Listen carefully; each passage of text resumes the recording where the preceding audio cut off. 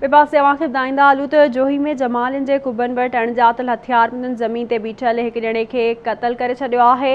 अणॼातल हथियारबंदनि ओस्मान जमाली खे गोलियूं हणी क़तल कयो आहे। अव्हांखे अपडेट कंदा हलूं, ब्रेकिंग न्यूज़ आहे त जोही में जमालिन जे कुबन वटि अणॼातल हथियारबंदनि ज़मीन ते बीठल हिकु ॼणे खे क़तल करे छॾियो आहे। अणॼातल हथियारबंदनि ओस्मान जमाली खे गोलियूं हणी क़तल कयो आहे।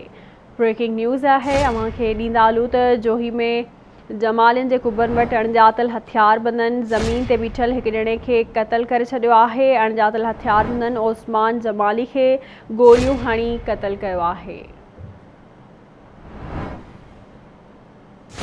ब्रेकिंग न्यूज़ है अव्हांखे जोही मां अपडेट करे रहिया आहियूं। जोही में जमालिन जे कुबन वटि अणॼातल हथियारबंदनि ज़मीन ते बीठल हिकु ॼणे खे क़तल करे छॾियो आहे। अणॼातल हथियारबंदनि ओस्मान जमाली खे गोलियूं हणी क़तल कयो आहे। तफ़सील मालूम कंदासीं जोही मां आवाज़ टीवी जे रिपोर्टर अब्बास गाड़ीअ खां। जी अब्बास।